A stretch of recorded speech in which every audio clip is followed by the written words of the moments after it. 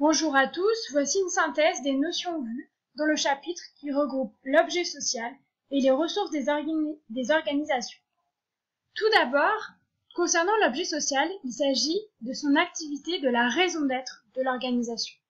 Nous le retrouvons la plupart du temps dans les statuts et il est réglementé par la loi, c'est-à-dire que les activités d'une organisation doivent être inscrites obligatoirement dans son objet social.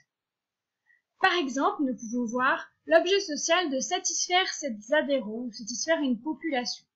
Cela correspond la plupart du temps à l'objet social d'une association.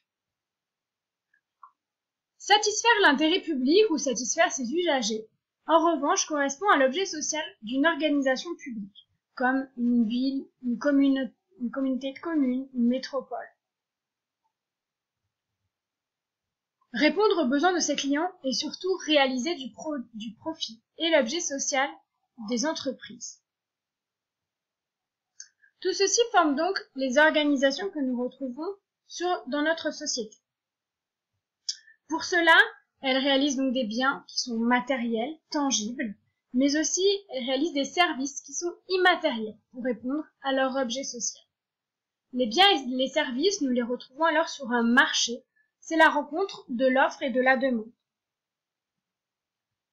Les entreprises réalisent alors des échanges marchands, c'est-à-dire qu'elle va vendre ses biens et ses services à un prix pour réaliser du profit, donc à un prix supérieur à son coût de production. Il y a également des échanges non marchands, c'est généralement les associations et les organisations publiques qui vont, elles, vendre des biens et des services à un coût inférieur à son coût de production, voire gratuitement. Pour cela, les organisations utilisent des ressources. Ces ressources sont de plusieurs types. Cela peut être des ressources matérielles, comme par exemple des ordinateurs ou des machines, pour fabriquer les biens et les services auxquels elles vous vendent. Ça peut être aussi des ressources immatérielles, comme par exemple des brevets, ou des licences, ou des logiciels. Elles vont également avoir des ressources financières, parce que toute organisation a besoin d'argent et de fonds pour investir et bien sûr produire ses biens et ses services.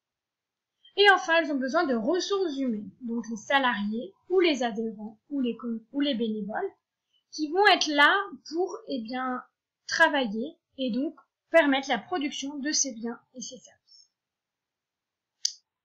Autour des organisations et du marché, il y a un environnement. Cet environnement peut être défini selon plusieurs axes. Il faut d'abord regarder l'environnement politique, l'environnement économique, l'environnement socio-culturel, l'environnement technologique, l'environnement écologique et l'environnement légal.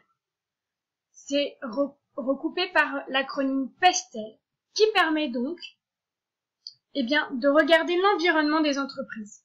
Par exemple, une politique économique, la culture d'un pays, sa façon de consommer, mais aussi le progrès technologique ou les limitations en termes d'écologie. Tout cela va influencer la production des organisations, qu'elles soient des entreprises ou des associations, et donc va influencer la production des biens et des services matériels et immatériels. Les organisations sont donc formées par un objet social et ont des ressources pour répondre à cet objet social et produisent des biens et des services vendus sur un marché. Et les organisations se retrouvent dans un environnement global.